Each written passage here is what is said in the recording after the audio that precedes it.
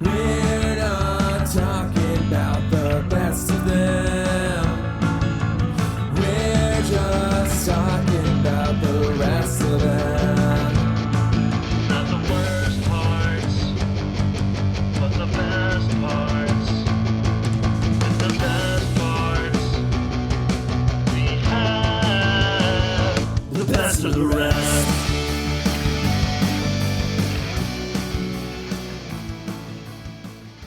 Hello, and if I was an imitation, a perfect imitation, how would you know it was really me? Welcome to Best of the Rest, the show where we take a second look at movies that were technically poorly received upon release and challenge ourselves to only talk about the things we like and what the movie does well.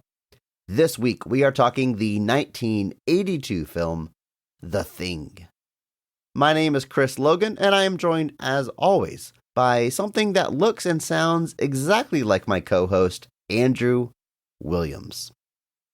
Are you ready for this one, Andrew? Don't have to send me further into my existential crisis here. All right. I only look and sound human now. Fantastic. But yes, I very ready for this one.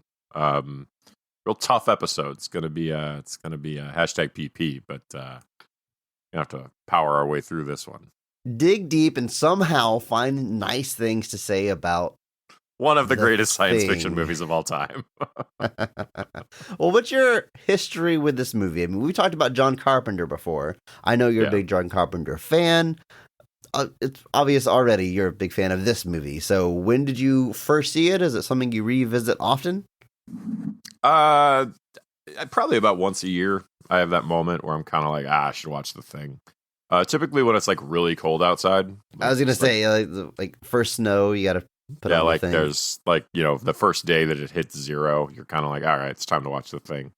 And just sharing my trapped paranoia that I can't leave my house without, freezing to death. But no, obviously didn't see it like as a kid because, it came out in 82 and, throughout my childhood, my parents weren't just like, oh, let's show Andrew the wholesome family entertainment that is The Thing. So you get older, you start digging into movies a lot, and you see John Carpenter's name come up, especially with stuff like Halloween and things like that. So, probably high school, college is when I really dived into his filmography and probably watched this for the first time. And it's awesome. It's one of my favorite science fiction movies. If somebody said it's John Carpenter's best movie, I wouldn't think they were crazy. It's got an awesome poster with art by Drew Struzan, which I have a thing of somewhere. Poster is so good. It's legit. As I've said many times, you put a gun to my head and say, Chris, what's the best movie poster? I would say, put the gun down. It's not that serious of a question. But my go-to answer is Jaws. I think Jaws is the best movie poster ever made. Yeah. But like you were just saying, if someone said The Thing was the best movie poster of all time, I wouldn't call them crazy. It's probably, I don't know, top 5, my personal top 5 anyway. Yeah. It's always wild to me, obviously we both follow a lot of poster websites. We see a lot of the stuff that Mondo, now made by Mutant, the Mondo kind of replacements and Bottleneck, all those. And it just feels like there's so many posters for The Thing. It felt like for so long there. I know Jock did one. I know there's a really famous one by Tyler Stout. There's a whole bunch of Jason Edmiston did one. And it's always funny to me because I'm just like, guys, there's already a perfect poster for this movie. Yeah. It's one of those things where it's one of those things don't get me wrong, those posters are great, and several of them fetch tremendous amounts of money. The Jock one and the Tyler Stout one in particular, but it always kind of got me that finally, it did turn out though that some places were just why don't we just screen print the real one? And so I think Bottleneck recently did one that had the full credits and everything on it, and that's the one I was able to be like, all right, we're gonna get that one because it's just a great poster. I think Mondo did they did just the art, which don't get me wrong, is very, very cool. Just the dude standing there with everything, and it's very cool. But I like having the typeface of the credits on it and everything. It adds something for me. But yeah, genuinely for me, one of the most iconic posters of all time, and one of those things where it's we nailed it on the first try. don't keep trying to. Like, if somebody announced a Thing poster right now, I would kind of be like, why? Yeah. It's like Jaws It 2 is will very be tough. similar. Like, I know they've done Jaws posters and they've recreated the original Jaws poster and stuff. And I'm like, cool. But then there's like 80 other Jaws posters. And I was like, guys, we nailed it first try. Legitimately this time. My history with this movie is not as extensive as you. I've been aware of it for a long time, but never actually sat down and watched it until like 2020, 2021. It was like during pandemic lockdown era. I was like, you know what? I should probably finally see this. And I did, and I enjoyed it. It wasn't an instant classic for me, as you know, it's been built up obviously by so much by then. I don't know, it quite clicked the first time I watched it, but watching it for this podcast, it's only the second time I've watched the movie, and I found a lot to like. We'll have a lot to say. I enjoy this movie very much. I actually saw The Thing 2011 before I saw this movie. The Thing 2011, which was kind of a remake of the movie, but actually it was a prequel to the movie. It has had the same title, so don't confuse The Thing with The Thing that we're talking about today, which is a remake of The Thing from Outer Space. Is that the title of that original movie? But it's not actually a remake of that movie. It's just based on the same source material, so it's more of a readaptation of the short story Who Goes There, I believe. Yeah, it's called Who Goes There. So, perfectly not confusing. I was able to do all that off the top It's like True Grit. It's like True Grit. It's like, the Coen brothers didn't remake John Wayne's True Grit. They readapted the novel True Grit. Yeah. Charlie and the Chocolate Factory is not a remake of Willy Wonka and the Chocolate Factory. Readaptation month. That might be something we can readaptation. We'd be digging into the barrel for that one. But no, and you're correct. There's The Thing. There's The Thing from Another World, which was 1951. That was just an old film. I think that was Christian Nyby who directed that. I think even RKO Radio Pictures did that one, which, that was the old Orson Welles, Citizen Kane studio. So you have that one, and then you have obviously the source material Who Goes There, which is a 1930s by John W. Campbell. And it's like a short story. Like it's like a novella. Like there's not a whole lot of meat in that bone. But it is a concept I think you can wring a lot out of. And so you end up, like, if you watch both movies and read the source material, they're all kind of like, they're very alike in certain ways, but then it's interesting how they all approach it very differently. And then obviously you do get the 2011 Thing, which I have actually heard, I have some people I know that actually think it's a little underrated. They think it's pretty good. The only real problem is that it's kind of living in the shadow of basically John Carpenter's version. But I mean, So my experience watching it, and I don't remember much about the marketing, but I went into that movie under the impression it was a remake of The Thing. I was like, all right, yeah, I'll just watch this modern version. Never seen the original. And it played like a twist ending to me. I don't think I'm spoiling anything about the movie. Like, at the end of the movie, it clicked for me that this was a prequel to the events of The Thing. But I don't think that was the intention. I think you're supposed to know it's a prequel. And certainly if he had seen The Thing, you would recognize, I mean, it tells the story of the Norwegian base camp. So like you would recognize how it fits into the story, but it was like a twist ending to me. So I kind of like that. I actually am, because I remember it coming out, but I really don't remember a whole lot about the marketing or the production. But yeah, like that movie ends with the dog from the beginning of The Thing running away from the Norwegian base. Like that's how it ends. It segues directly into the Thing.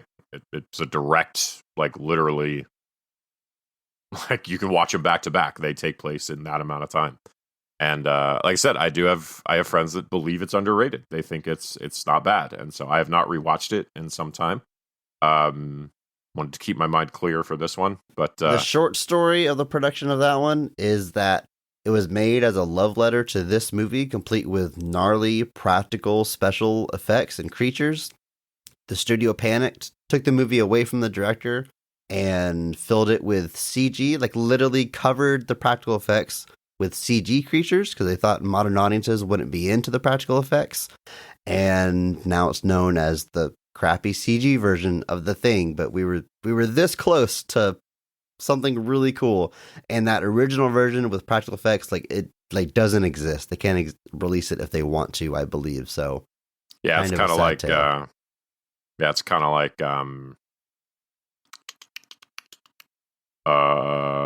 what's the one, Paul W.S. Anderson, Event Horizon, the one about so it's a very similar one where like there's a big campaign to get this original version released before the studio panicked and kind of cut it to bits, but that version isn't hiding anywhere. Basically, it can't be recreated, and it's always a bummer when that happens because it feels like you hire a group to make make a movie, and then they make it, and then you take it away from them because you got paranoid. And it's like, well, how much money did you have riding on a Thing prequel / love letter to the point that you felt the need to pump millions of more dollars into it to do that? And it's just unfortunate. It happens a lot. It happens in a lot of different ways. It happens in a lot of different forms. I mean, it still sort of happens. I'm not saying it never results in still being a good movie, but you look at the track record, it's not a recipe for success. Like, what do we do? What are we doing? I'm genuinely trying to find a movie that did have significant studio interference after the movie was like wrapped that came out better. Like, you can think of tons of examples where it came out worse, like Event Horizon or Kingdom of Heaven or The Thing or whatever, and find these examples of where the studio were fantastic, where a studio comes in kind of at the 11th hour, panics, and is like, oh no, this isn't going to be successful, and then they chop it up or redo it or whatever, and then it turns out it's still not successful. So you spent or Justice League. Justice League's probably the best example. WB after Batman v Superman got super paranoid, which I'm not saying they shouldn't have, but at that point, you'd already invested in it. What are you going to do? So they panicked and ultimately made a movie that's arguably super forgettable and ended up costing almost $100+ million more because you sent them back to reshoot essentially the whole movie. And it's like, cool. You were better off just releasing it as it was and recovering after that. Like, it's this idea that if they fix it, it'll be more successful. But I don't think the math is there to support that spending millions more on a movie to quote unquote fix it ever results in the movie being more successful. I can't think of that. So anyway, this movie. We're going to dive into it. Let's just set the stage a little bit here. It's released June 25th, 1982, made on a budget of $15 million. At the box office, it brings in $19.9 million. Doesn't quite hit $20 million in North America. This releases back then were a little different today. It doesn't have a huge Chinese release or anything like that. I only had the information for North America. I'm sure it was limited, if at all, in other territories. It's probably made quite a bit more in re-releases, but again, we're talking about upon release here. What box office did you say it had? 19.9 North That America. includes all of its re-releases. That includes the re-releases. Yes. Oh my. All right. So this is, a box office failure. Critically, if you look at Rotten Tomatoes today, it says 85% critic score, 82 audience, very well received and praised across the board.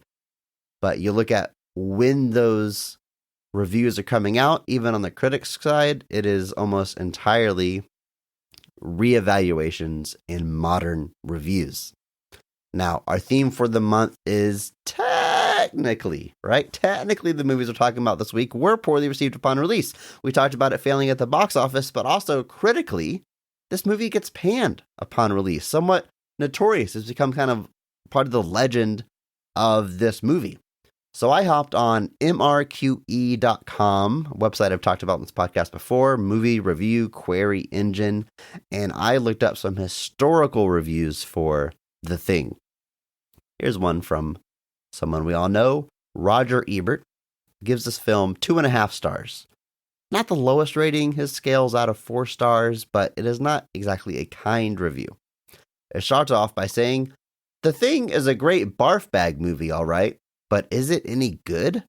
I found it disappointing for two reasons: the superficial characterizations and the implausible behavior of the scientists on that icy outpost." And he goes on to say, "The Thing is basically just a geek show, a gross out movie in which teenagers can dare one another to watch the screen.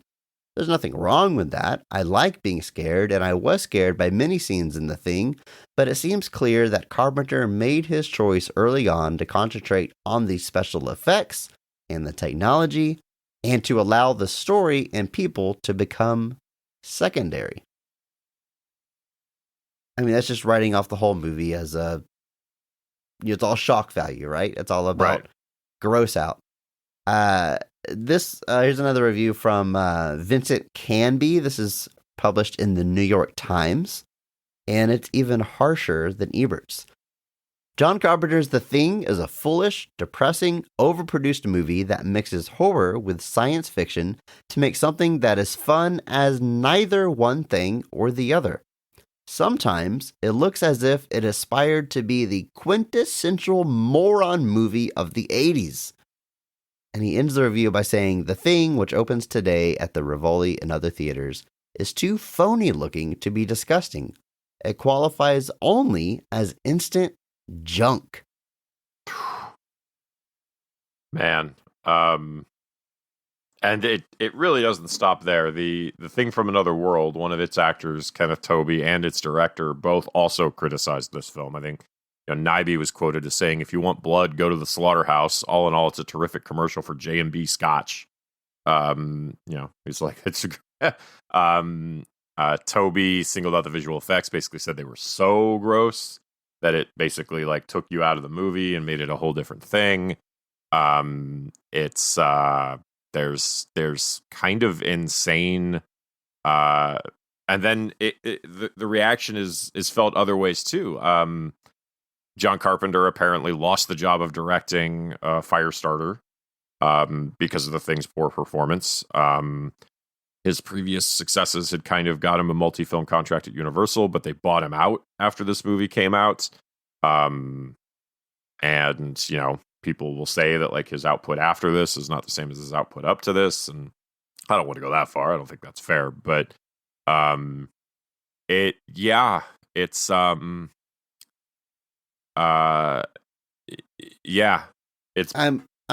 pretty open that when this movie came out, people did not react kindly. I'm pretty fascinated by all this. Like, yeah, one thing I will say, this is a gross. One of my notes is literally, this might be the grossest movie ever. Which, not literally. There's stuff that, like, I don't know, like Human Centipede. There's stuff that, like, it aims to be gross. And I don't know if that was necessarily the goal here, but it is a pretty gross movie. So, and here's the thing. Like, if you're aiming to be gross, so what? Like, if your movie's got, substance otherwise, who gives it? Like, that sure. should be, yeah. I don't know. I'm trying to wrap my head. Like, it almost, like, this movie, it had to have had some defenders upon release, but it's very hard to find. It seems almost unanimously panned upon release and kind of grew a cult following over time. And now, I mean, it's almost beyond cult following status. It's just recognized widely, critically, and otherwise as an all-time great science fiction movie. But it is wild that seemingly no one got it upon reception. And I'm reminded of something. We talked about Hook a couple months ago, and I think it was actually our guest, friend of the show, Justin Michael, that said, we're talking about the set, and it kind of got criticized upon release for being like looking like a theme park ride and just being uninspiring. But we sit and watch that movie now, and we're like, wow, look at the practical set. Look at all the work that went into that.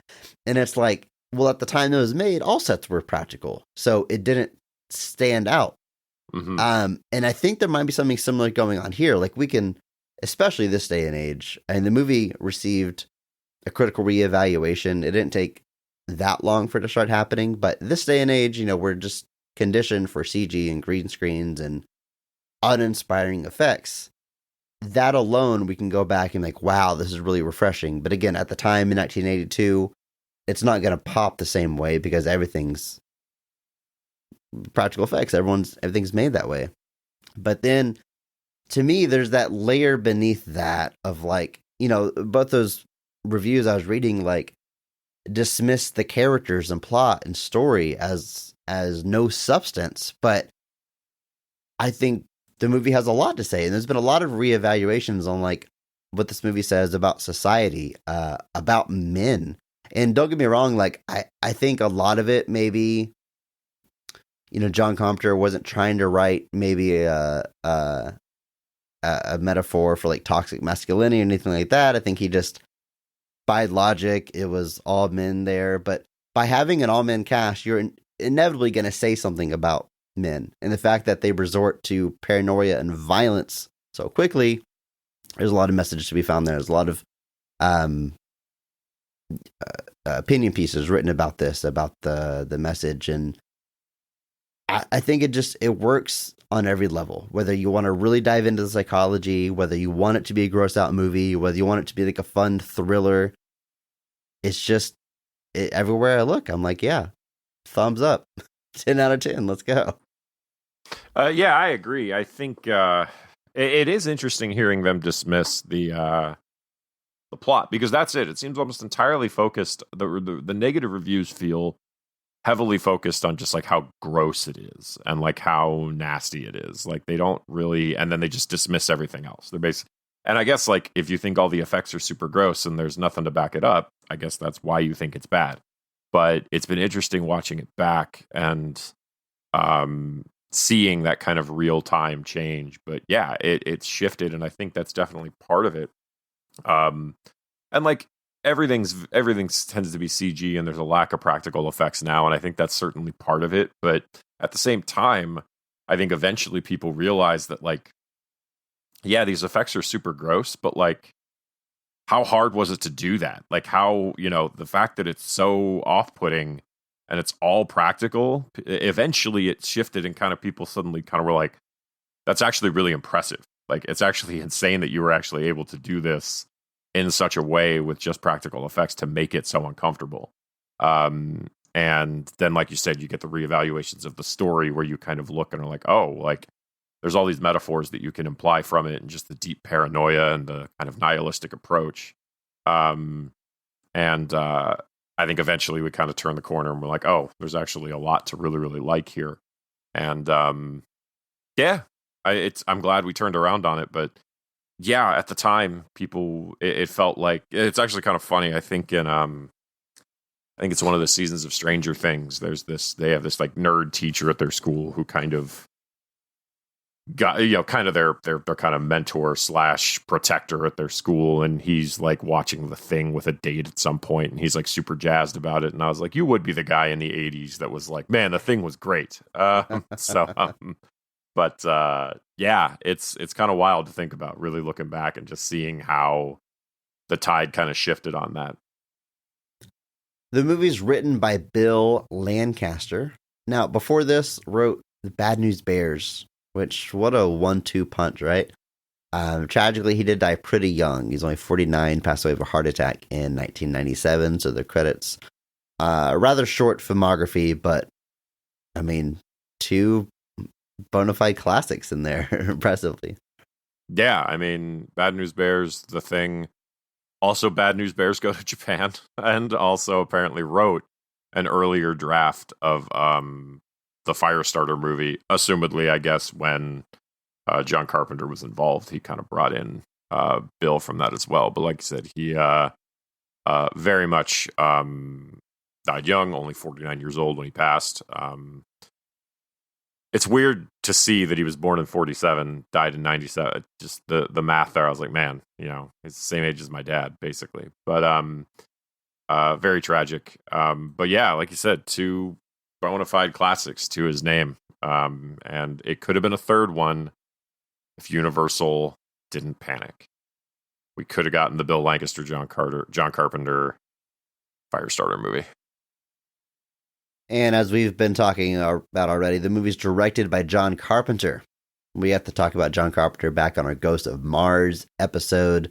Andrew, you're a huge fan. I've seen a percentage of his filmography, but I like just about all that I have seen. Haven't done that deep dive, but I mean, I think I said it the last time we talked about him. I'm fascinated by this man's status and legacy because he is one of the most well-known directors, very well respected today, but throughout literally his entire career is struggling to get movies made and almost never gets the credit upon release. I mean, Halloween might be the best example where he does, because it's the most successful independent movie ever made at the time, and it, gets him this major label contract and everything.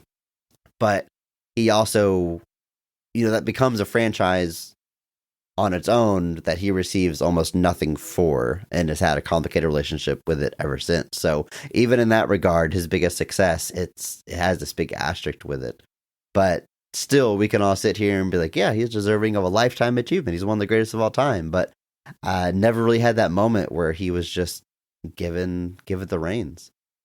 Yeah, it's an interesting career very much, because that early run of Assault on Precinct 13 into Halloween, into The Fog, into Escape from New York, into The Thing, like, it's a pretty great run. Like, it's a pretty high bar there that you're setting. And then even after The Thing, you still get Christine and Big Trouble in Little China and They Live and In the Mouth of Madness, which is another one I know my friends tend to think is pretty underrated. So you get these still hits in the aftermath that people like, but yeah, that pretty much. And even Big Trouble in Little China and They Live, I think, have decent critical receptions and maybe not super great box offices, but he still works through the 80s and the 90s pretty regularly. And then it's generally seen that the 1-2 punch of Vampires and Ghosts of Mars kind of puts his directing career, either by choice or by kind of association, on hold. He does do one last movie in 2010 called The Ward, which is it's kind of a psychological horror film starring Amber Heard, Daniel Panabaker, amongst others. Jared Harris, I think, is there too. Has done a few television things here and there. He actually did just direct an episode of they did a TV show called I think it was called John Carpenter's Suburban Nightmares or something. And it was like one of those kind of trashy true crime shows where they like do dramatic reenactments of like some true story with like intercut interviews with the real people. And he directs one of those episodes. And he literally talked about how he was like, they directed it over Zoom and like he was directing it from his couch. And he was like, yeah, it's the best directing job I ever had. I can do this. Yeah, it's like, I can do this all the time. This is so easy. Suburban Screams. I'm sorry. Yeah, that's what it was called. And he also did a couple episodes of Masters of Horror in the early 2000s, in the kind of mid-aughts too. And so you kind of get, he comes around occasionally, but it kind of feels like he can kind of just do what he wants at this point. He did sort of return to the Halloween franchise with the most recent trilogy. Was a producer on those, and he also did the soundtracks for all three with his son Cody and their collaborator Daniel Davies. So he's out there now. He's probably, it's interesting now, and I think I mentioned it on that episode. I saw him like in concert where he just played a bunch of like soundtrack music that he'd written over time. And he did play something from the Thing soundtrack, even though Ennio Morricone did that one, and it's a great soundtrack. I'm sure we'll talk about it a little bit more later, but it is, yeah. So it's an interesting career. And here recently, within the last 10 to 15 years, it just kind of feels like he's content just doing random soundtracks and occasionally touring and occasionally releasing albums. And if there's a time that I guess he's kind of finally sort of getting recognition, it's probably now. And as far as why he doesn't do another movie, I mean, there's probably any number of answers to that question, not least of which is that John Carpenter is old. He's 76. May just be that he doesn't want to do that grind again, or doesn't really feel like a desire to do it. Like if I were that age and kind of had his filmography, I could very much be like, what's the point? Then again, if I win the lottery, maybe I can get him and Kurt Russell to make another movie. So I'd love to see it. Escape from Mars. Well, let's jump into this movie, Andrew. The Thing. You ready? Yeah.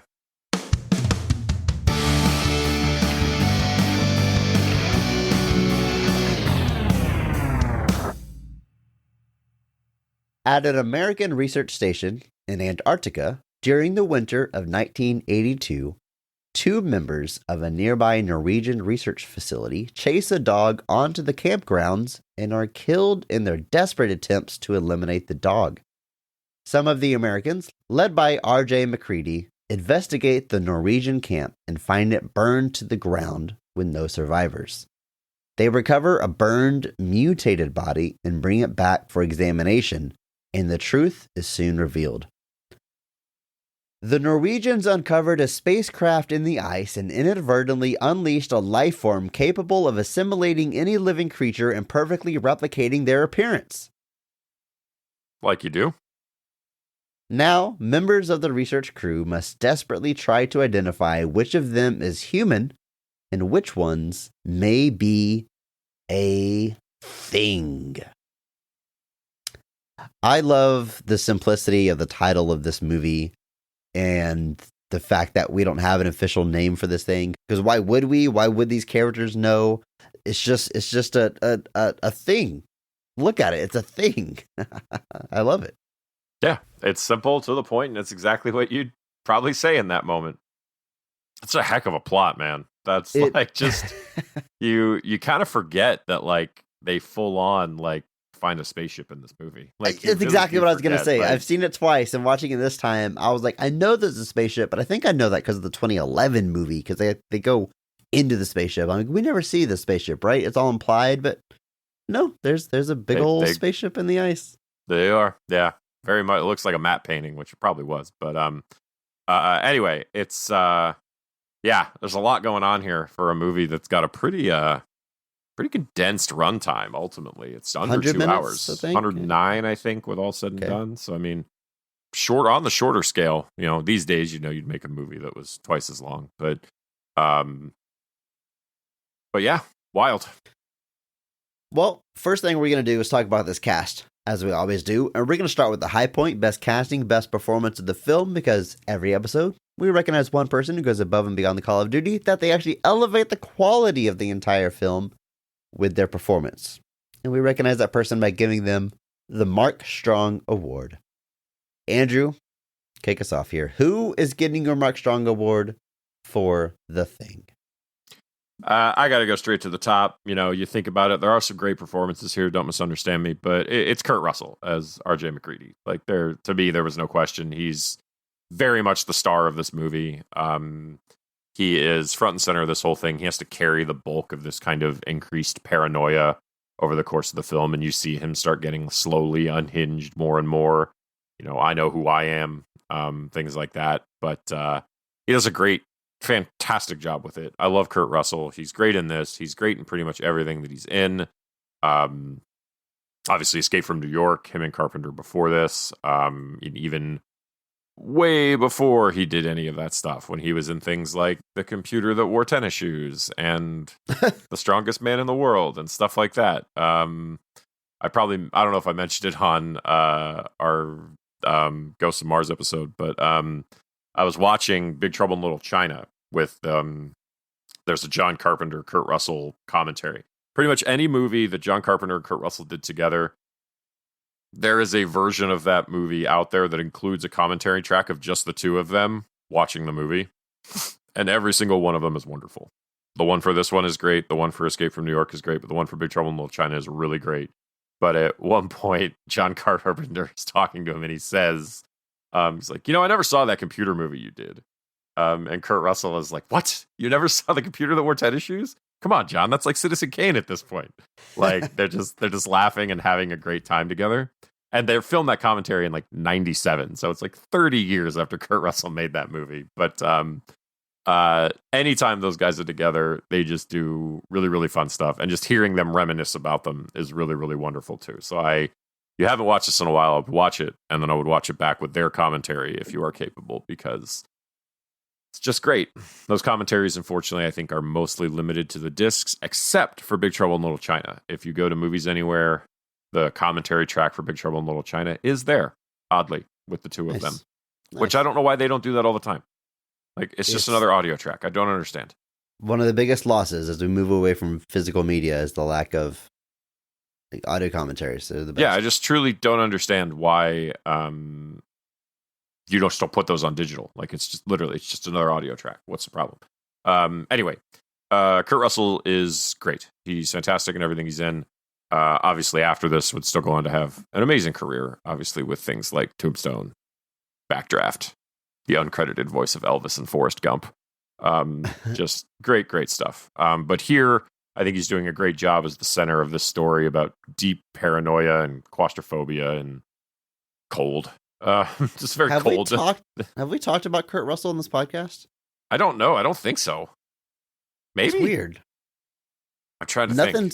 Nothing is coming to mind. I mean, we've talked about his doppelganger, his identical twin in acting, but not the man himself, I think. Yeah, because we haven't talked about Escape. Obviously, we haven't talked about any of the. We didn't talk about Overboard. We haven't talked about Tango and Cash. We haven't talked about Backdraft. Captain Ron. So we might talk about him again. We might talk about him again. Executive Decision, Escape from L.A. I'm sure Escape from L.A. is another one. Probably we could do a Kurt Russell month. That would just make me feel bad, though. 3,000 Miles to Graceland, if we wanted to do an Elvis Impersonators month. Featuring Miracle. A Mark Strong Award winner. David Arquette. God, I was blanking on his name. Thank you for the save. Andrew, here's the thing. I had Kurt Russell pinned in as my Mark Strong Award winner, but there's someone else in this movie I think is deserving of a Mark Strong Award, but I'm not going to change my answer just because you gave him one. That's against the spirit of the not who we Award. are. So, no, we have integrity on this podcast as you yawn through what you just said. I'm going to give my Mark Strong Award to Kurt Russell for all the reasons you're saying. He carries this movie. It is, I mean, he had some momentum already by this time. This is a star-making performance. If this was a hit movie that was well received, which it was not, but it is really good. The script does a lot of work to make you cast doubt onto this character. Kind of don't know where he stands at certain times, but then he kind of comes back as the hero of the movie. He's great. He's just awesome. Andrew, how old is Kurt Russell when he makes this movie? Oh, don't make me do that. This movie was 82? And so Kurt Russell was Kurt Russell is 31 in this movie. Years younger than you or I, and somehow twice the man. Andrew, when come on, not just twice. When will I get to be a man like that? Never. The 31. beard is just all show. Like, I really try with the beard to make it look like I'm tougher than I am, but it just doesn't work. My God. That means when he made Escape from New York, he was even younger. Like, he was 30 in Escape from New York. My God. My favorite part is when he's in the early scenes of this, like when he's piloting the helicopter, he wears like this 10-gallon hat. Like, it has nothing to do with keeping him warm. Everyone's got parkas and beanies and hoods, and he's just wearing, like, for fashion, just a big old cowboy hat. Oh man, he's cool. I was just watching this. There's some YouTube for some magazine that does they do career breakdowns with actors where they talk about some of their key iconic roles. They've done with like Willem Dafoe and people like that, but they just did one for Kurt Russell, and they talked about The Thing, and he talks about the hat. Because he, oh really? So he wasn't originally going to be in it, and they kind of were like, because while they were making Escape from New York, like John was talking to him about this. And he was talking about all these actors, and he would kind of get Kurt's opinion on like who he should put in The Thing. And eventually, like one of the producers on Escape from New York went up to Kurt and was like, "Hey, he's probably going to ask you to be in The Thing. Like he kind of wants you to do that." And Kurt was like, "All right." And so they talk about it, but apparently they'd already shot some of the footage when he showed up to shoot his scenes, because they showed him the giant hat and he was like, "What is this? Like, why do I have this giant hat? It's cold out here." He's like, "I'm not wearing this," and they were like, "John already shot some of the helicopter footage with your character wearing the hat. Like that's shot from the back where they're flying. Like that's not Kurt in the seat, and he has the hat on." And he was like, "So the hat's already canon to the movie, so you're gonna have to keep wearing that." And Kurt was like, "What the hell? Like, why?" He does lose it after those early scenes, so I guess that's why. That's awesome. But yeah, it was. Yeah, he was just like, "What is this? Why do I wear this hat? This doesn't make any sense at all." But yeah, just wonderful. He has a even though at this point he has like one of our classic actors. He's just been at this for decades. He still has this feeling of like a golden age of this like early talkies type actor, like this. Yeah. This the golden age of Hollywood type thing. Like yeah, and like he like learns to like weaponize it over time. Like I think of the scene in like Death Proof whenever he like imitates John Wayne, but could just as easily be imitating himself from like earlier movies. He's got line deliveries in this movie that just had that big kind of dramatic energy that's a little campy, but works to his benefit in most of his movies. So yeah. And now he's Santa Claus. So it's just what a career. Elvis and Santa Claus in one man's career. That's pretty dang impressive, guys. Andrew, I mentioned that there's someone else that I was considering for the Mark Strong Award. Ultimately, I think you just have to go with Kurt Russell, but this is essentially the debut of Keith David. And what a first movie. He has one very small credit before this, but this is like his first actual speaking role, and he is probably, I mean, he should be second or third build. He's not, just because he was so new, but character-wise, he's the second or third lead of the movie. I love what he's doing here. I love that how antagonistic him and Kurt Russell are, and how that story plays out, especially with the final scene of this movie, and how, again, you're always kind of, as these characters are wondering who they can trust, you, the audience, is wondering who is either a thing or who's going to snap, who has ill intent, and you kind of go back and forth between these two as far as like who's on the up and up, who's antagonistic, who is out for themselves. Their dynamic is just, Kurt Russell getting the Mark Strong Award, but his dynamic playing off Keith David, he owes a lot to that dynamic to them two on screen. And Keith David, we have talked about in this podcast before. Huge fans. We love the guy. And again, for this being a film debut, it's just astonishing. What did we talk about him on? Keith David, when did we officially talk about him? You going to call me out like that? I just remember discussing him. Just because I also don't remember what. I know we've talked about him, but I don't remember in what. Oh my God. This makes for great The Replacements.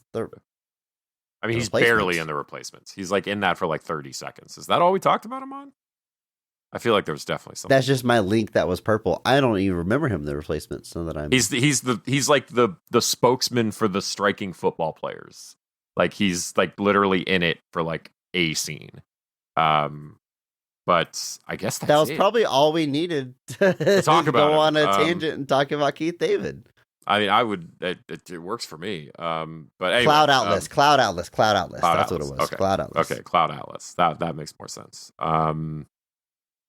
Man, I forget he's in Cloud Atlas too. But a few times. He, as with everybody else in that movie.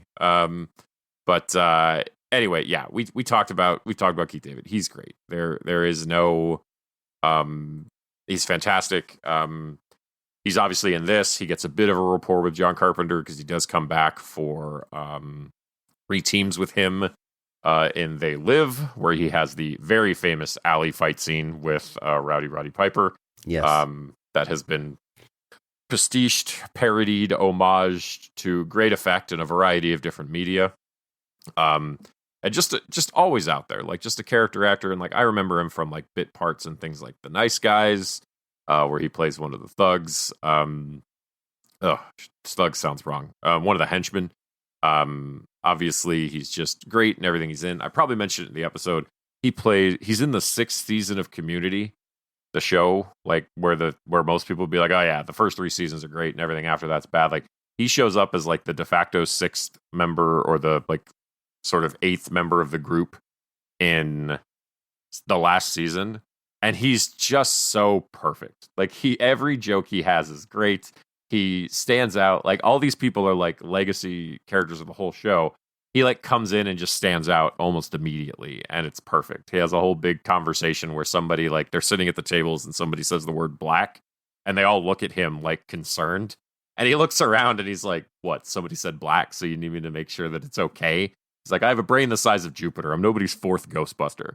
And he just says a whole bunch of lines like that, and he's just fantastic. So I will never be sad to see Keith David on my screen. I think that is a great shout out here. He is, like you said, this is basically his first movie. He plays a bit part on Mr. Rogers' Neighborhood after this comes out. Like that's how early on in his career that this is.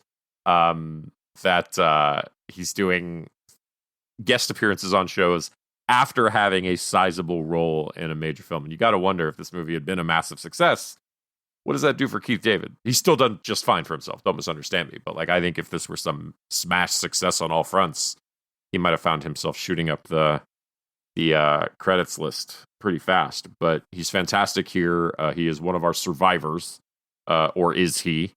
Obviously the question everybody has at the end of this movie. But he's great. He's Keith David, and he did just take over the role of Commander Zavala in Destiny after the very tragic passing of Lance Reddick.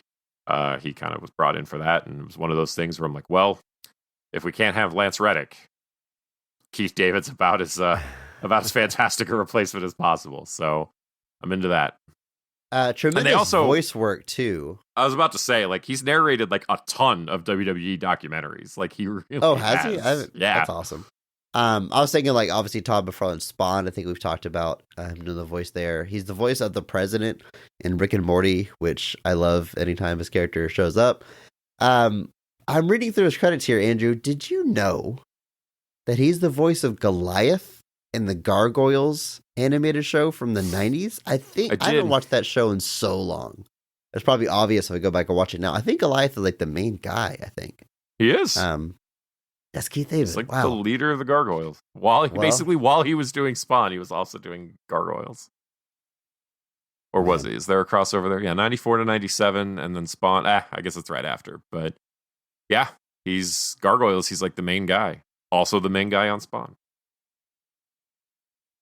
Born in 1956, Andrew. You know what that means? He's 26 years old when he makes this.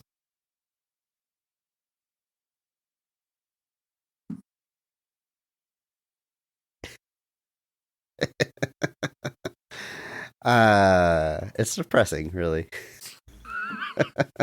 You said that first. You were like, he was born in 1956, and you know what that means. And I was just like, no. And then you had to go and throw that on me. God. Oh man. Let's talk about Wilford Brimley, who was old as heck when this was made. Yeah. Wilford Brimley plays Blair, the senior biologist. Quick question. I'm gonna have a lot of questions for you about like the lore of this movie. Do we know what they are doing there? They're a research facility. Do we know what they're studying exactly? Not really. It's not really brought up throughout the course It's of the film. pretty eclectic, different jobs and stuff. So well, yeah, I think a lot of it's just different people that are there to keep the people there alive. Because you got this kind of idea. It's the same idea as like the space station. Like there's probably like thousands of people that are working all the time to keep those 12 people on the International Space Station alive all the time. So you've got people at this station that aren't researchers or scientists. They're like mechanics, or in McCready's case, he's the pilot. Like they're people that are like there to assist in this research facility staying operational versus kind of anything else. I like the ultimate point of what you're talking about is I love when they go to the Norwegian research facility and he picks up a bunch of the papers just sitting on the floor. He's like, what are you doing? He's like, this might be important work. Yes. He's like, no idea what it is, but it might be important. And they may mention it in passing at one point, what exactly they're doing, but it's never brought up as a major plot point, obviously, because things start going wrong almost immediately. Wilford Brimley's character, Blair, is one of the first to realize what's going on here and exactly how serious it is. He uses his super advanced computer to determine the probability that this life form can take over the entire planet and how fast that can happen. And seemingly, his paranoia gets the best of him, and he goes crazy and starts destroying the communication equipment so no one can escape, starts shooting at the other guys, and they're forced to lock him up. And this is really the onset of the paranoia for the team. Like, has he gone crazy? Has he snapped at the situation? Is he a thing? Can they trust him? Can he calm down and be released later? We don't know. We have a definitive answer by the end. He does become a thing, but when exactly that happened is unclear, as a lot of this movie is. Not to get too far ahead here, but I'm trying on some level to track who's a thing, when they become a thing, when they had an opportunity, and eventually, I gave up trying to do that. I'm sure online there's some graph, someone just plotted it out, but kind of the point is that how hard it is to follow when these things happened. You know what I mean? In fact, Roger Ebert says the opposite. He says it kind of killed the fun for him. Because they're on their own so much, you can't track it. But I think that adds to the paranoia. That part worked for me. But certainly one of our earlier suspects is this guy here, Blair. Yeah, obviously he's the first one. The only reason I think he's not a thing during his initial break is because of how identifying it is. And the thing would not be doing that. So I actually do not think he's a thing in that first scene where he's breaking all the communications devices and shooting at people. Because your brain is like, oh, well, the thing would want all the communication devices broken so that nobody comes and interprets it. But at the same time, it would not want to be calling that much attention to itself. It's trying to assimilate into the group and trying to do things covertly, not overtly. So I guess you could also argue that it was a learning experience, but this thing has already torn through an entire other base. It kind of knows what it needs to do. So my guess is in that moment, he's not a thing. He becomes a thing later. Here's another question for you, Andrew. The thing, they're always aware they are the thing. Sometimes I get the sense that they don't even know when they are the thing until it's into survival mode and it takes over.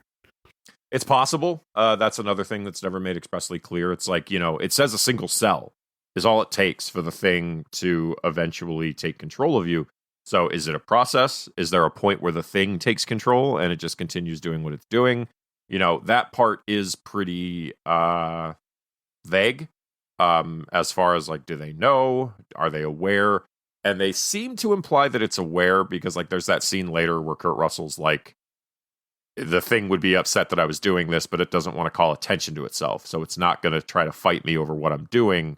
So they seem to be implying that the thing does know it's the thing. The person is gone at that point.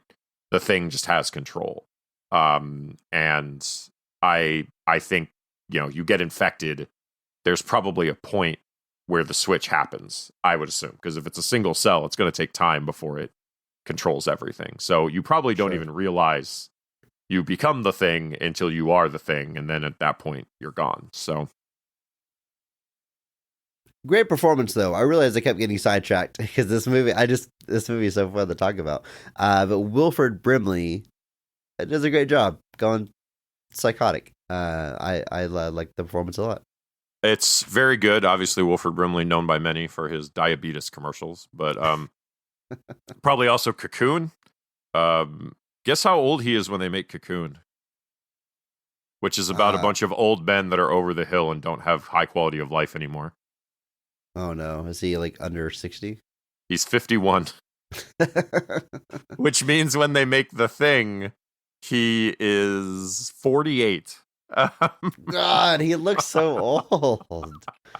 I don't know what I mean. I don't know if it's technology's gotten better or what, but man, people seem to be aging. Tom Cruise is like 60, right? Yeah, 60 plus. So Tom Cruise is 10 years older than they were than all the men in Cocoon were. But obviously, Wilford Brimley is just a long career, just a great character actor, but doesn't really start acting until the 70s. He actually does have a minor role in the original True Grit. A lot of television appearances, had a bit part on The Waltons as a Horace Brimley, interestingly enough, and just kind of all over the place, doing everything that he whatever he wanted to do, which, good for him. But in a really, really great movie called Brubaker, which stars Robert Redford. But here, like you said, I think he does do a great job here. Like I said, he's kind of the inciting incident for, like you said, all the paranoia. Like, he's the guy that really kicks into over. Like, weird stuff is happening, but we don't really understand what's going on yet. And he's the one that kind of figures it out. And then he's the one that kind of kicks it into overdrive. And he is the chief senior biologist of the facility. So he's the one that, like you said, looks at all the data and actually able to kind of crack what happens. But yeah, it's a great performance. And I think the switch happens some point in the shack after he gets to the shack. I think after the shack is when he gets turned into the thing. So him feeding to get out. To be let back in. Thing. That's the thing. Got it. All right, Andrew, the rest of this cast. Okay. I mean, no disrespect, but do we speed run this? I mean, it ranges from they are fodder for the thing to they have a few key scenes. But there's a lot of cast members here, and I'll be honest, I'm going to struggle to place them exactly.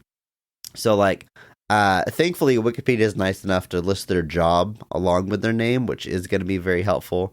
But David Clennon as Palmer, the assistant mechanic. Who is this, Andrew? So he is the assistant mechanic. Okay. I am looking at this picture right now. So he is he's the guy that's always wearing headphones. He's got the denim vest on. Okay. He's kind of crazy from the begetting, or out there. He looks a little stringy. He's the guy that if you asked me which one of these guys was an alien, I would point to him first. So he's Palmer. He's the assistant mechanic to. We didn't mention this, but Keith David plays Childs, who's the chief mechanic. He's the main guy that's obviously trying to keep these guys alive, while McCready is just the helicopter pilot. That's literally his only job, and he's got his whole own shack, which is awesome. Gets his whole own place to hang out. So David Clennon, he makes it relatively deep into the movie. He's the one that, when they're doing the blood tests, fails. Right. So he's the one that's transforms and kills.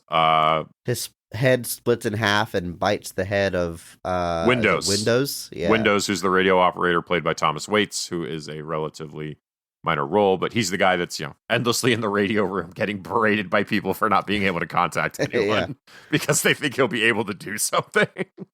But yeah, so we'll knock out the two there at once. So Palmer is, like I said, he's the guy that when they're doing the blood test fails, and Windows is the radio operator who gets killed by Palmer thing. Richard Dysart plays Dr. Copper, the physician. Is he the one that does the autopsy and gets his arms cut off, bitten off? Well, the arms cut off isn't the arms cut off isn't during the autopsy. That's when he's trying to bring, I think. Right. So trying to bring somebody back to life. I forget exactly who he's trying to bring back to life in that moment. Let's look. He's trying to bring back Norris, who's the geologist, and that's when he goes to defibrillate him one more time, and his chest opens up and eats his hands. So cool. So yeah, Richard Dysart plays that character.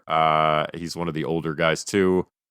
He was 53 when this movie was made. So apparently, since we're listing everybody's ages, yeah, he's the guy he's the one that's doing all the autopsies. He's the one I think that finds that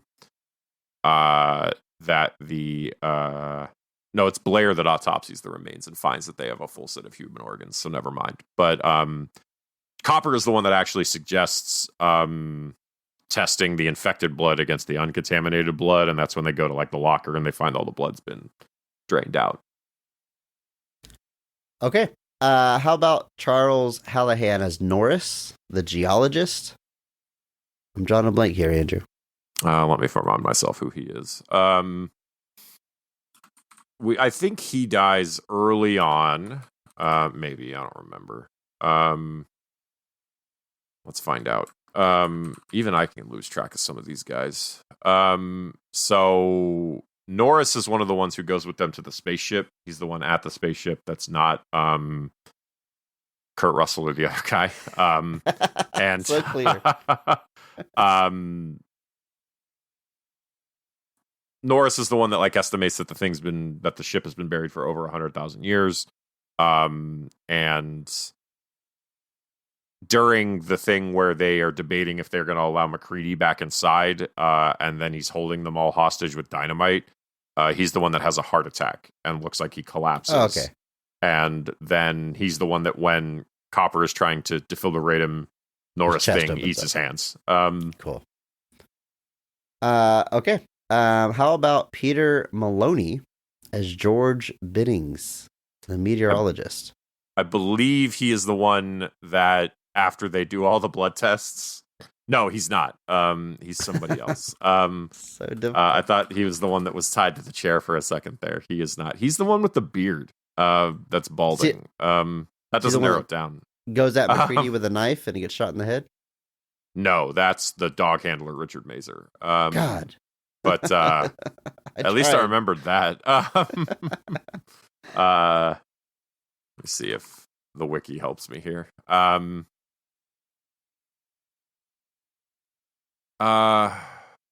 So See the one that kills himself before he can get killed by the thing. No.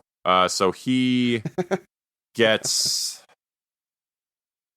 So apparently Bennings is the one by himself, and he's the one that's getting like absorbed, but Windows interrupts the process, and then MacReady sets it on fire. Oh, okay, yeah. He's got like the hand still. Yeah, thingy. like still, yeah. All right. Gnarly. Richard Mazer plays Clark, the dog handler, who tries He's very to attack upset at what's MacReady, happening. Gets shot in the head, gets murdered. Yeah, it turns out he's not a thing. He was fine. I also remember Richard Mazer from Encino Man, where he plays the dad. Have we talked about him before on this show? Not to my knowledge, but I would love to talk about Encino Man one day. And he's also in Multiplicity, the movie was so great it has Michael Keaton in it 4 times. Great movie. But probably also could be talked about on this show. So, but anyway, yeah, he's the one that like notices that the dog thing at the beginning. He's the one that notices the creation of that, and he's the one that when they're starting to shoot the dogs gets really upset. And then ultimately, gets shot in the head by MacReady because he tries to disarm him. And it turns out that he was not a thing, which a lot of people, he's definitely one of the sources of misdirection because there's several moments where they kind of keep him apart and keep it. This movie is very, very good at truly, honestly giving anybody a chance to be the thing. Like it really, that sense of paranoia is just so palpable because it really does cast doubt on everybody. And you kind of have to ask yourself, are you projecting your own doubts onto these characters? Are you projecting like your own kind of paranoid thoughts about like, oh, well, we didn't know where you were for this, so we have no idea. And Clark, that Richard Mazer's character, is one of the first that kind of really seems suspicious. And then the twist is ultimately that he was the trustworthy one. Joel Polis plays Fuchs, the assistant biologist. He's the one, they find his burnt corpse outside. He goes outside for something. They don't know how he died. And they don't know how he died. That's when they like float the idea that maybe he set himself on fire to stop being assimilated into the thing. They suggest that maybe that's what happened, but they don't really know. All we know is he goes outside, and then we find his burnt corpse. Donald Moffat plays Gary, the station commander. Now, I know who this guy is. He's the old guy. Not confused with the other old guys. Definitely right? Not. He's the eyebrows. He has one of the funniest lines in the whole movie. Oh, is it the couch line? Yeah, when they're done with the blood test, he's the last Yeah. one they check. He's not a thing. And he very calmly says, as he's still tied up to the couch, I know you gentlemen have been through a lot, but when you find the time, I'd rather not spend the rest of this winter tied to this fucking couch. Just absolutely perfect. Yeah. He's the one you can definitely remember.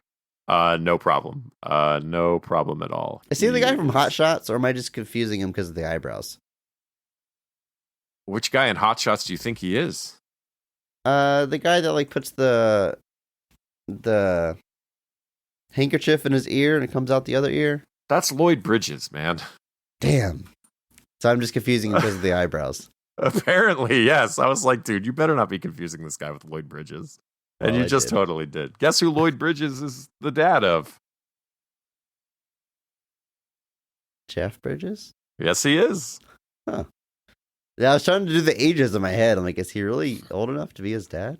He is. He was born in 1913. Jesus Christ. Lloyd Bridges. See, Lloyd Bridges, unlike everybody else, was old as hell when he made all those movies in the 80s. So, but yes, no, I do love that line. That line is great. I just love that, like, he starts off so calm, like, guys, it's been a rough night. Get me out of here. He's the We one should that's say like, R.I.P., by the way. Did yes, pass away. Donald Moffat passed away about 6 years ago, or about a little over 5 years ago. But just another kind of great character actor. Was all over the place. Was on the original Mission Impossible. Kind of a who's who of kind of looking at his career. But yeah, he does a good job here. He makes it pretty deep into the movie, but ultimately does not survive. And that's it. Andrew, we did it. We went through the whole cast, and we identified all of them. Good job. You left. Did we talk about TK Carter? Knowles? Oh, did I skip over him for some reason? I think you did. Damn. Well, he's the cook. That's an easy one. He roller skates everywhere. He does. One And of our, he is the one. One of our final girls. He's the one that we do not see his fate. We do not see what happens to him.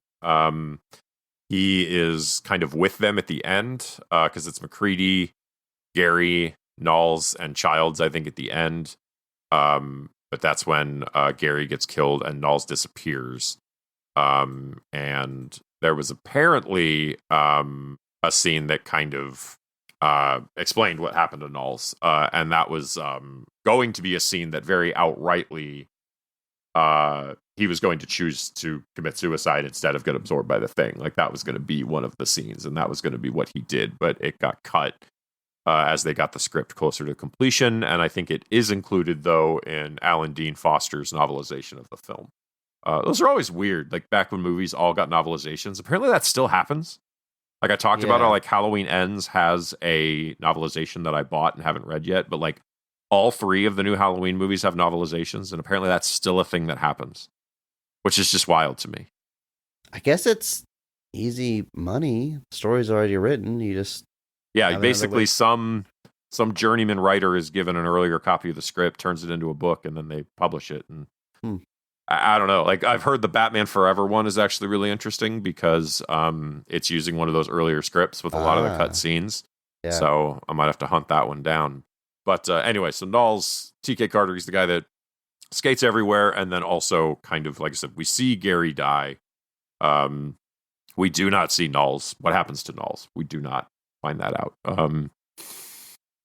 Yep. All right, Andrew. Well, with that out of the way, we can talk about the scenes of this movie.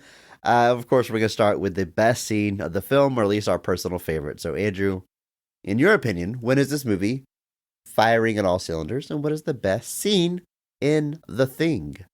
It's so gross, but I have to go with the reveal of The Thing, basically, when the dogs are all in the kennel and they're like all like watching in horror as this thing forms. Really? It's so Favorite scene. disgusting. I did not see this one It's coming. so disgusting. But like, I'm thinking about movies that like stick in my head. I'm thinking about scenes that like stick with me. And like, man, that scene is just... And it's very much like where all the seeds get sown as far as the rest of this movie is going. And the only solace to me is that the dogs are all very fake. Because otherwise I would be very, very sad at what was happening. Sure. But like just the effects that are being pulled off here, the things they're doing, like when all the red little tentacles just like burst out of the So thing, gross, just like yeah. it's so gross. But also like there's clearly so much work going into this and so much care, and the fact that it doesn't look like a bunch of cheap people swinging around wires, like the fact that it looks as good as it does, and it's as horrifying as it is, and just watching all of these characters like real time react in horror to this thing that's happening in front of them that is completely otherworldly, like just that's the scene that's burned into my brain. So I have to go with that one as far as like being at the top of the list, because I can never forget this scene, and it's the encapsulation of what we're going to get for the rest of it. So when the dog head like peels apart and you've got like the inner dog head, it is so rad. It's so gross. So Andrew, help me understand the thing a little bit more. What exactly is this creature doing in scenes like this? Is it trying to grab the life form, pull it in, and absorb it and become larger? Is it just trying to infect other life forms so they become things? It's trying to absorb the other dogs. I'm not entirely sure, because like obviously it's trying to. The question you can ask yourself is, in that moment, is he trying to become powerful enough to kill everybody in the station? Because when he impersonates people, obviously he can't get to everybody just by being one person. So the idea is he has to keep infecting people and keep doing things, and obviously that's how he goes around. In this scene, I think he's just trying to absorb the dogs and potentially become a monster that can just take over the station and continue rampaging. But ultimately, he has to retreat from that because he gets killed. So in these big moments where the thing reveals itself, I think it's attempting to potentially attack/defend itself. And it is usually either interrupted or destroyed before it reaches the end of that. It feels like maybe it's a flight or fight response. I don't know.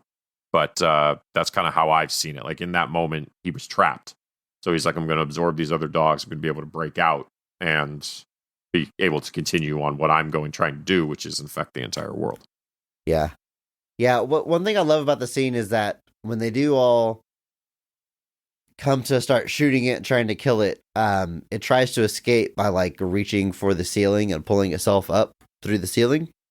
It's unable to do so. And I feel like it gives these characters a false sense of safety when they're like, wow, that was crazy, but all right, we killed it, right? This is the alien here in this cage. We killed it. So it was crazy, but it's over because they don't know about the replicating. Right. Well, they don't know about the replicating, and they also don't know that, like you said, at that point in the movie, somebody's probably already a thing. Right. Because there's that scene where the dog walks into somebody's room and they're not paying attention. Like, there's plenty of other misdirection there to suggest that the thing is already in at least one of them. And I always love the debates, because it's kind of like they strike me, at least these ones have like some foundation, but it strikes me as like a little similar to is Deckard a replicant from Blade Runner, which is a fun conversation I'm sure we won't be having in the next couple of weeks. Next week, but, I think. But just people like hyper analyze every sequence, like almost like it's like the Zapruder film, where like frame by frame they're going by and they're like, look at his expression here, but then look at his eyes here, and then see how he like. So they're trying to like pinpoint the moments that people become things. And like you said, I'm sure there's probably a graph out there that talks about when everybody presumably became a thing, and then obviously the ending gets debated pretty heavily on if either of them are the thing, and But yeah, I think that's another great point. Is like that's the moment where they're like, "Whoa, close one!" Like they're all like, "This was fine." Like got out of that one alive, not realizing one, the replication, or two, and maybe that's what it was. Maybe all it was a distraction. And in that moment, do we know if it got anybody else? We have no idea. So, turns out when you have an amorphous monster that plays by its own rules, just do whatever you want. But this scene's just burned into my brain. Like I'll always remember this one.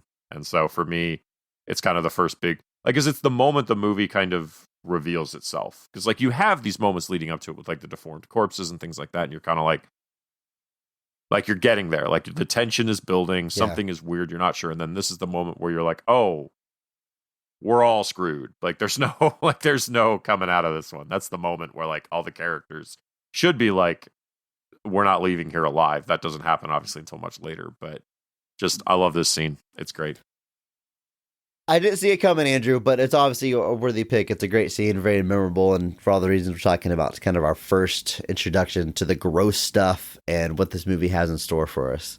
But I'm going to go with what I think is going to be a classic or popular pick for best scene in this movie and go with the blood tests. This is sort of the peak of tension in this movie for me. Paranoia is running rampant. They don't know who they can trust. It's to a point where they are tying, MacReady is having everyone tied up and testing their blood so they can definitively figure out who can be trusted, who's a thing. I love that we've been talking about a blood test for most of the movie, and the scientists have been like really trying to devise like a very scientific way of determining this. And then he finally gets the idea that like, I mean, he explains how he comes to this realization, but every cell in a thing is out for itself and goes into survival mode if attacked.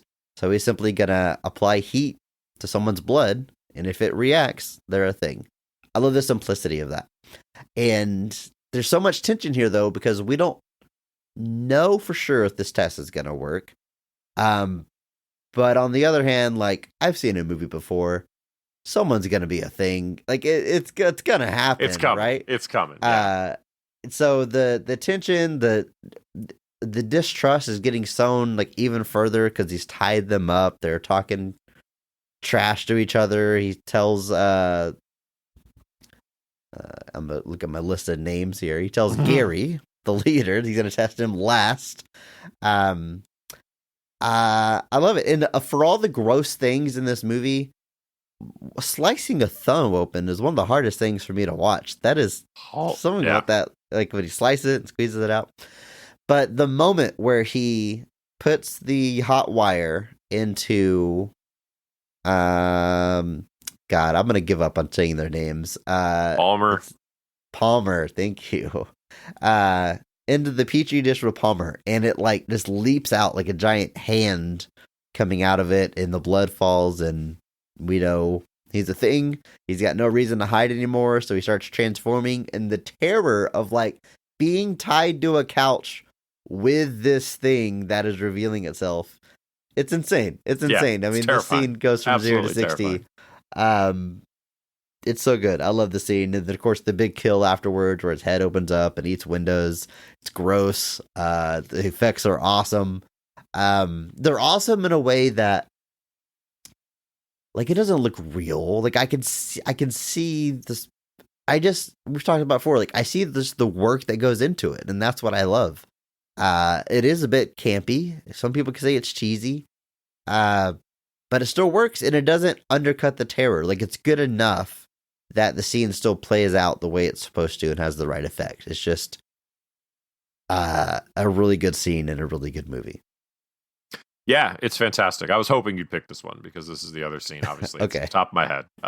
This was the other one. But yeah, like it was just while you were explaining what happens when they put the wire into the blood, it just made me think of evolution. Because, you know, that's the whole thing where they expose fire to these samples and the stuff just explodes in life. And I was just like, is evolution just a comedy remake of The Thing? Is that all it is? Definitely going to be a future episode of this podcast. So I can't wait to dive in. I was just like, man, I'm just sitting there thinking about it. And I was like, apparently it is. Apparently that's all evolution is. But this scene is great. Like you said, the tension. And what I love about this scene is that, like, obviously MacReady has like at this point, like MacReady is like pissed off every single one of these people and they have no reason to trust him.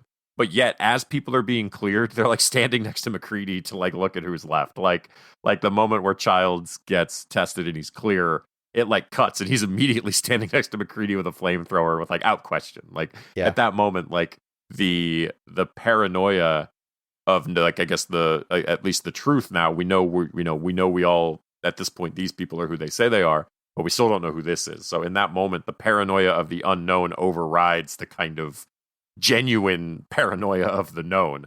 So that's the other thing this movie has is you've got this like there's battling kinds of paranoia. There's the paranoia of what you know around you versus the paranoia of what you don't know. And what takes precedence, and in this case, almost always, it's the paranoia of the unknown. And it is just masterfully handled, and this scene kind of encapsulates that whole thing. I love it. I was tempted to pick the scene that immediately precedes this, but I'm going to go ahead and separate them. Blood test, favorite scene, but right before this is the grossest scene in the movie. It's the body on the table that goes into survival mode. The head separates from the body and slowly slides down the table. It grows spider legs and like crab eyes and starts walking around. There's even a bit of comedy there because like we just see in the background McCready and whoever's with him just staring at this table in disbelief if they set it on fire. And then this spider head just starts crawling towards the door and they don't notice it. It's a bit funny, and I think it's intentional. A little Evil Dead 2 there. Yeah, with the hand crawling away. And then they notice it and they set it on fire. Like, I would have expected that spider head to like crawl off and be kind of a unknown that comes back later, but they kill it right away. Like, it's just there to show us something really cool and gross in this movie, and I love it for it. Yeah, it's disgusting. I think in a lot of ways it's maybe not the most iconic scene, maybe that's not the right word, but the head separating and growing spider legs is like the special effects moment of this movie, I think. I would agree generally. It's the moment that seems most impressive. I don't know, man. Like, there's a whole lot of impressive stuff in this movie. There's just the team that did this, just whatever they got paid, it wasn't enough. And like, man, I don't know. Like, you mentioned that some people might find it cheesy. I don't know about that. I think it's all done really, I guess maybe just with the advent of some modern technologies, but to me, it's just all so well done and it looks so good. Like I said, I guess you don't think it's real, but like I'm never taken out of the movie, like watching it. And I've definitely seen practical effects where it's taken out of the movie. An example of this that's coming up is there's the trailer for the new Ghostbusters came out, and they kind of show they have some of the classic ghosts from the first movie are shown in this new trailer, and people are like comparing the shots of them in the trailer to the original movie, and they're like, man, the original movie looks so much better. Like they're kind of blown away that like the CG modern CG versions don't look as good as the original practical versions did. And it just shows that sometimes it's never going to quite be the same. Not to say that you can't use CG effectively. So many tons of things do. But just that, especially when attempting to recreate things like that, you're going to have a bad time. But just the way that thing sprouts the legs and the way it just, it's so unsettling and it's so unnerving. Like you're just watching it and you're just kind of like your brain is also just like, no, guys, over there, get the thing. Don't let it get away. Like you're begging these characters to get it and not let it get away because you're kind of expecting it to get away. But then thankfully they turn around and like, there's a moment where they're all just like, what the hell? Like they can't believe what they're seeing in front of them. And it's another pause for kind of like a, not quite comedy, but just like a brief pause to be like, what? And then they finally set it on fire. And I was like, okay, thank God. Speaking of like the work that goes into this, like, I mean, this movie, like, we see how primitive computers are in this movie. There's like the chess program that he's playing and the probability, like, it is a far cry from where we are now. And it's clearly everything you see from like the opening credits is real and tangible. Dude, like, the way the thing reveals itself on the credits, like where it burns onto the screen. The coolest thing. It is a trash bag on top of a aquarium. And then they light the letters on fire in the trash bag. The letters burn away, revealing the thing. And then you have light shining through the water now holes in the trash bag to show the title sequence. And it would so be cool. So easy to make today on a computer, but it wouldn't look as cool. It wouldn't look as cool. Wouldn't be as impressive. Not as awe-inspiring. It's just it's great. It's so fantastic. good. It's and fantastic. that's kind of the stuff that has helped this movie's legacy grow over time. Appreciation for things like that, which were harder to, in 1982, they didn't realize how special it was. You know what I mean? You don't. And I don't want to say that, like, the only reason this movie's gotten reevaluation is because people appreciate the work that went into it. It just adds to it. It just adds to it. But yeah, that fun fact: the only female presence in this film, not to speak about problematic things or whatever, is the voice of the computer program provided by John Carpenter's then wife, Adrienne Barbeau, who was also in The Fog and Escape from New York. But and also Wes Craven's Swamp Thing. But yeah, there's no other women in this movie. Which again, you get to the conversations about like toxic masculinity, things like that. I think that's certainly a conversation to have. But yeah, the fact that McCready is playing chess on this old computer, just again, it's always funny to me too, because like when you watch a movie from the 80s set in the future, computers are still just as primitive. Like they're fancier looking, but they still have like the black screens with just the green text. And it's just like, you don't assume that in the next 50 years we're going to move beyond like line protocol, but no. One thing I love about this movie is its restraint in explaining things. It gives us enough information to be terrified, but a lesser script would have someone like finding a journal from the Norwegians and they're reading about, it came from Mars. They came here for resources and giving us all this backstory and explanation that is not helping. I like that we never know more than the characters, and even the characters are like making guesses. Like they don't know. They're figuring this thing out the best that they can. And at the end of the movie, they probably got a lot of stuff wrong.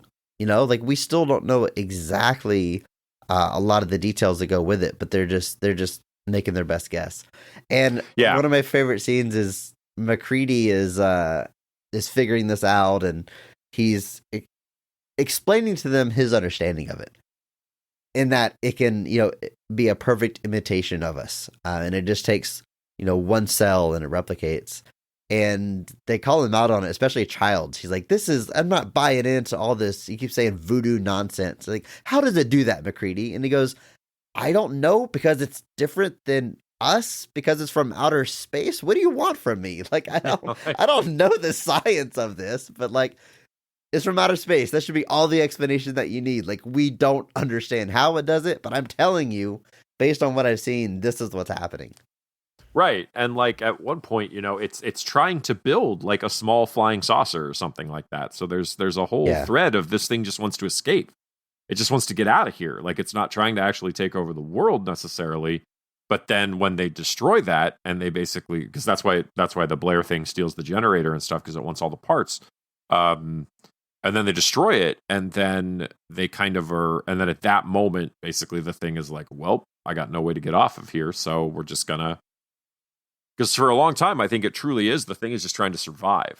And the paranoia of the other guys is so palpable that it kind of forces it into these fight or flight situations. Like the idea that it was going to take over the world is not necessarily backed up by what the thing is actually doing. And then the thing, like I said, it's building a flying saucer. It's trying to leave. Now, you could, again, try to assume that maybe it just wanted to fly somewhere where there were more people. Like, we don't know, but that's the thing. Yeah. Like, that's the thing about the thing. Was the flying device it was making just to get off the planet? Was it just to get to civilization? Like, what did it actually try to do? And we don't know. And I actually, like you said, I appreciate that we don't know, because first off, it ratchets up the paranoia way higher, because, you think of something like Independence Day, where we just conveniently had a secret government organization that knew all about these aliens and knew exactly what they wanted and knew exactly how to interpret what they were going to do and what they were here for. You never get that here. There's no like dossier of information assembled by the Norwegians, and I don't think the 2011 version does either. I don't think it gives any deeper information on this thing. Not that I remember. And so I got to rewatch that one. Maybe I'll watch it after we're done here. But but I like that about this movie a lot. Just the sense of the unknown. Like I said, you talk about the paranoia of the known versus the unknown. they have no idea what this thing's trying to do. You know, they see it build the flying saucer and they're like, it's trying to escape. So they destroy it. And it's like, cool. Did you just, were you almost free? Like, was it just going to leave after that? Or did you now send it into a fight or flight response? You have that question of, are your actions making this worse than it otherwise might have been? But then again, you look at the Norwegian thing. It's like, okay, cool. What happened there? Like, that whole place went up in smoke and went up in flames. And it was in another situation where the paranoia of the people caused it, or was the monster just trying to actually kill them? You don't know. Well, maybe I will know a little bit more after I watch the 2011 version, but it's just so well done. It's a perfect balance, because there are people who would be like, oh, well, we don't know anything, and I'd be like, yeah, it's better that way. Yeah, speaking of, like, the end of the movie, there's a big debate. We're left with just McCready and Childs. Is one of them the thing? And I get that it's fun to debate. So I'm not dismissing anyone who does that, but it doesn't matter. And that's the point. Like, I personally, like, the movie doesn't have a definitive answer for me on whether or not one is the thing. So I'm not really going to waste my energy trying to figure it out. But the point is, these characters, these two in particular, have been at each other's throat this entire movie with their paranoia. Now they're at a situation at the end here where, one, they're gonna die. The only heat they have is the building on fire. That's not gonna last forever. No one's coming to save them. They haven't contacted anybody. They're gonna die there. And two, if one of them is the thing, all right, who cares? It even says, like, if that is the case, we're not in any shape to do anything about it. And so they finally let it go. They finally don't fight with each other. They share a drink. They realize they've reached the end, and they drop all the paranoia and violence they've had throughout the movie. Like, that's the point of that scene, is that it really, truly does not matter if one of them is the thing. This is where the story ends. So what I see happening, and this is, I think there's been a quote unquote official extension of this. I don't know if it's the board game or something, but we're just talking about the movie at hand here. Like, that place burns, the fire goes out, they freeze to death.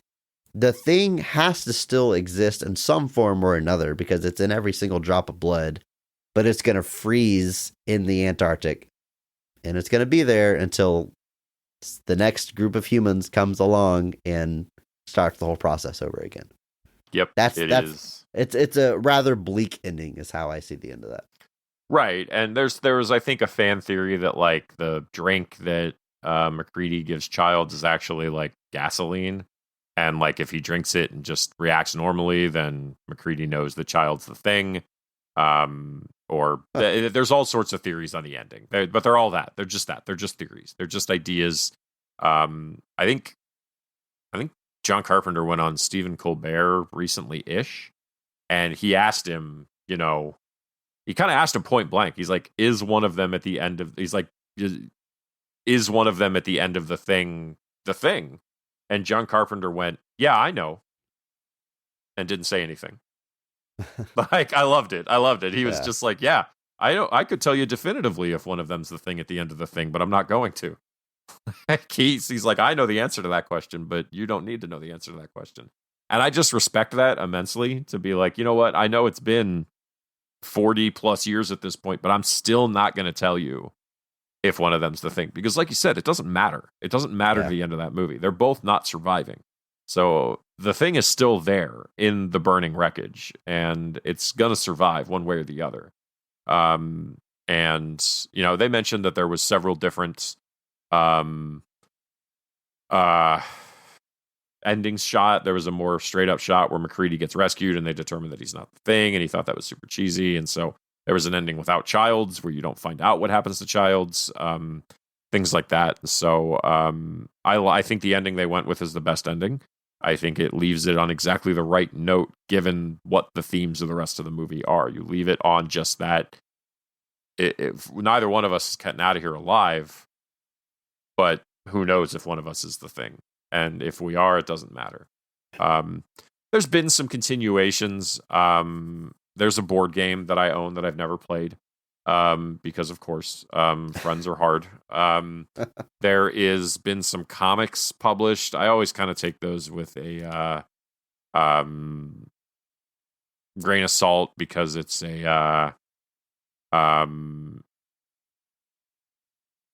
I always take those with a grain of salt because comics are kind of just their own thing. They're really not intended to be. I know people will say, "Oh, this is the official continuation," and I'm like, "Yeah," until there's a different official continuation. Like, it's always like, "Oh, this comic is endorsed by X, Y, and Z," and it's like, cool until we endorse something else. Like, Yeah, it's always that Star kind of Wars thing. Extended Universe is a perfect Yeah, example something of that. like that. But so there was going to be the Sci-Fi Channel was going to plan a 4-hour miniseries that Frank Darabont was going to produce.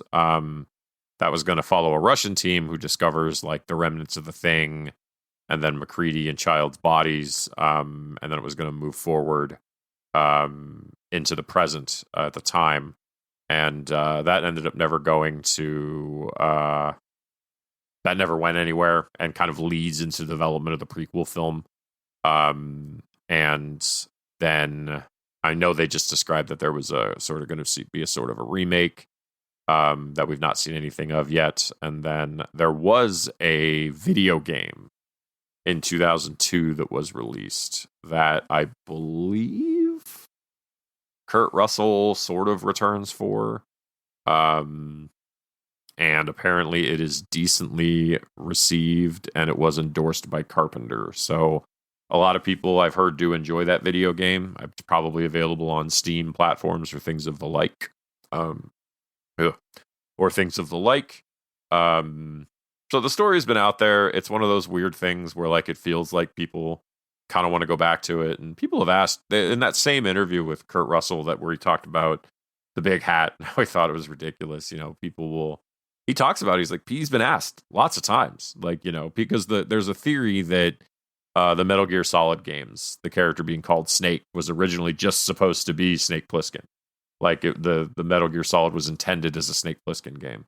And he didn't really directly address that, but just kind of said that like his desire to go back is really pretty non-existent overall to a lot of that older stuff. Like, obviously something like the MCU or, Christmas Chronicles is not really, something he sees with that. But like, going back to the Thing or going back to Snake Plissken again or something like that, he kind of said that he's like, that doesn't really hold a whole lot of interest to him. He'd rather do like, he kind of implied that like if him and John Carpenter were going to do something, he'd want them to do something new. He wouldn't want to do old man Jack Burton or something. Yeah. He'd want to do something new. So, I hope they do. But this movie's got quite the legacy. I kind of respect that Kurt Russell is like also kind of in the, we don't need to do more with that. Yeah. I other than being called The Thing, the 2011 movie, I think, was doing about as best a thing you can do, like a companion piece, a love letter. Can't remake it because you can't top it. It is what it is. About the best way you can go about doing that. And I mean, to everybody's credit, they haven't tried to straight up remake it yet, successfully. So, because why? Why? What's the point? It's so good. One last note before we get out of here. I'm just going through my notes in the movie here. I love that in Blair's shack, whenever MacReady goes to talk to him, there's just a noose hanging from the ceiling. And they never acknowledge it, but there's just casually a noose hanging between them as they talk to each other. Yeah, I and that was another moment where I kind of assume that it is some point after he got to the shack that he becomes the Thing.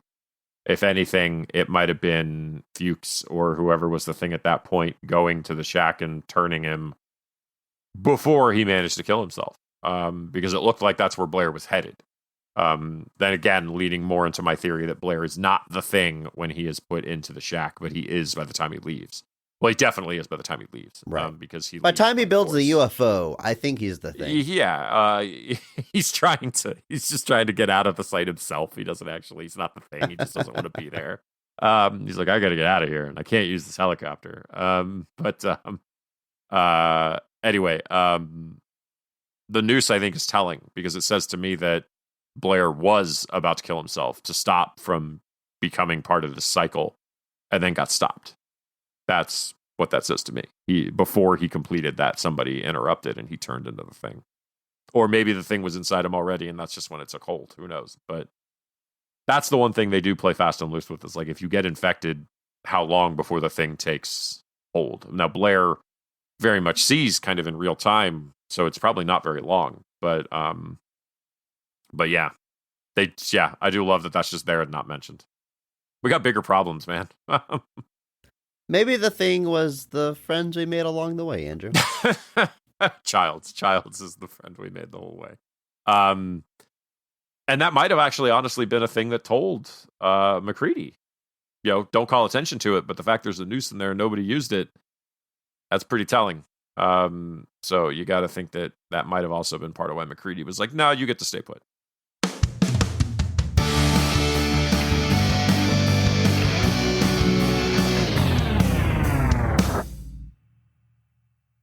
Andrew, we've joked a few times already that this month, our technically poorly received upon release month, is easier than normal, not as challenging to come up with positives. And that was certainly the case this week with The Thing. But like I kind of said in the beginning, like I had seen this movie before. I liked it. But my enjoyment of it definitely went up. So this ended up being not challenging, but certainly fun to talk about. I love this movie and I love talking about films, and it is a nice change of pace to discuss something so well regarded. But next week we are talking Blade Runner, a movie I have seen before a couple of times. And I'll be honest with you, I don't hate it or anything. It's just never really clicked with me. And, we are watching the original cut, which is not fans' preferred cut, but it is where it all begins. Curious where I land with this one. Very curious to go revisit this.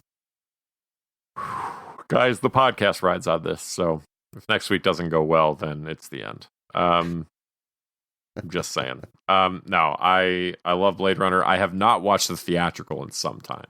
I am interested to go back to that. And we'll have plenty more to say about Blade Runner next week. But until then, it's time for our question of the week. And if you want to leave us a question for a future episode of the podcast, you can do exactly that by hopping into our Discord server. If you're not there already, there's a link to it in our show notes. Come and join us, join the community, talk about nerdy stuff, leave us questions. Just like Mike Lynch, who says, have you ever had a film dream where you're either the star or just a passive viewer? Interesting. A film dream. I assume he means where like you're inside the movie or inside the world of a movie. I certainly had movies make their way into my dreams, but this is pretty specific. Andrew, how about you? A lot of film dreams in your life? I wouldn't necessarily say I have. I've definitely had film dreams before. I don't think I have them a lot. I don't know that I've ever had one where I was like in a movie, just because if it's a dream, I don't usually view it from a sense of like I'm in a movie. But I do remember having a dream. This one's very vivid in my brain. Is I had a dream that Ghostbusters 3 already existed, and I saw is the everybody. most Andrew Williams dream I've ever heard. Yeah, we're not done yet though. So I had a dream that movie already existed, and so when all my friends kept getting pissed off that Ghostbusters 3 wasn't happening, I thought I was losing my mind. Because I kept telling them, guys, that movie already exists. And they were like, no, it doesn't. And so in this dream, I was apparently the only person that remembered Ghostbusters 3 existed. And nobody would believe me when I told them it did. So yes, it is the most Andrew dream possible. Because everyone's wrong but Andrew? Yes, everyone's wrong but me. But I just remembered that I don't even remember like the full like details. I actually remembered like plot points of the movie and stuff. Like I was like, this is weird, but like genuinely, I was like, guys, that movie's already there, and they were like, no, it's not. What are you talking about? And I was like, it's there. It's all this stuff happens, and they were like, dude, that's not a thing. So yeah, in a dream world, I apparently made up Ghostbusters 3 and was super weird that nobody remembered it. Is this before 2016 Ghostbusters? Like this is still like it was before Afterlife for sure. I don't know if it was before 2016 Ghostbusters. But yeah, it was wild. I was just like, and then I woke up and I was like, that was a heck of a thing. But did you still remember any of those plot details? Did you have like a actually really good script form in your brain? I don't, not to that level. Like the only thing I really remember is that apparently at the end of it they were all dead. And the kind of lasting the last moment of the thing was like the last moment was them like as ghosts playing cards around a table or something, like as friends, like for one last time. I don't really remember much else. Maybe the plot was like some of them had like, it might have been after Harold Ramis passed, so maybe this was them finally all being together again in my head. I don't really remember a whole lot else. I just remember that I was like, guys, that movie's already out there. What are you talking about? So yeah, it's a dream about Ghostbusters where I'm right and everybody else is wrong. So that's the quintessential Andrew dream. That's great. I don't know. I don't know if I certainly don't have anything that vivid as far as a dream. I've certainly like walked through plots of movies that don't exist in my dream and like had a story unfold as if I'm experiencing it, but clearly I'm creating it, which is the nature of dreams, and it's very bizarre. But usually, and I don't have specifics for you now, but like I'll wake up and be like, wow, I just lived through this whole story, and I reflect back on it. I'm like, man, that is terrible. Like that makes no sense. But like in the moment, in the dream, you're following the plot, point A to point B. Then you wake up and you're like, oh yeah, things just randomly change from quote unquote scene to scene, and it makes no sense. So I've created some really bad movies in my dreams, but an existing movie universe, I can't think of one that's made its way to my dreams. But maybe tonight, maybe I'll manifest this and try to think of think about movies really deeply. I'll think about The Thing, see if I can get myself in that world. That'd be terrifying. But how about you? Do you have any vivid film dreams out there? Have you been the star of a movie, inserted yourself into a film? I would absolutely love to hear about it. You can let us know right there in that Discord, and come back next week for Blade Runner. And just remember that maybe not every movie is great, but all movies have greatness. Thank you to Mark Benavides for singing our theme song. You can follow him on Instagram at NotThatMarkAnthony. And thanks to Mitch for the music. Check him out on Twitter at I'm a Biggie Boy, and check our show notes for the SoundCloud link. Check out our store on TeePublic for some Best of the Rest merch. And if you enjoyed this episode, please share it with a friend, because that is the only way that we grow. Follow us on social media at BOTRcast. Thank you.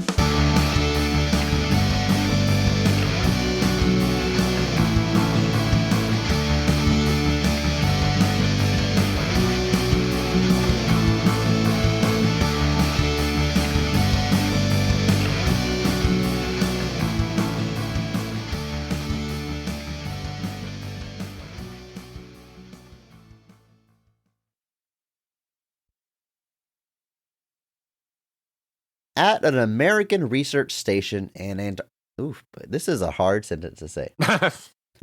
At an American research station in Antarctica during now I'm gonna have my version of the episode is gonna be me emphasizing things really strangely now.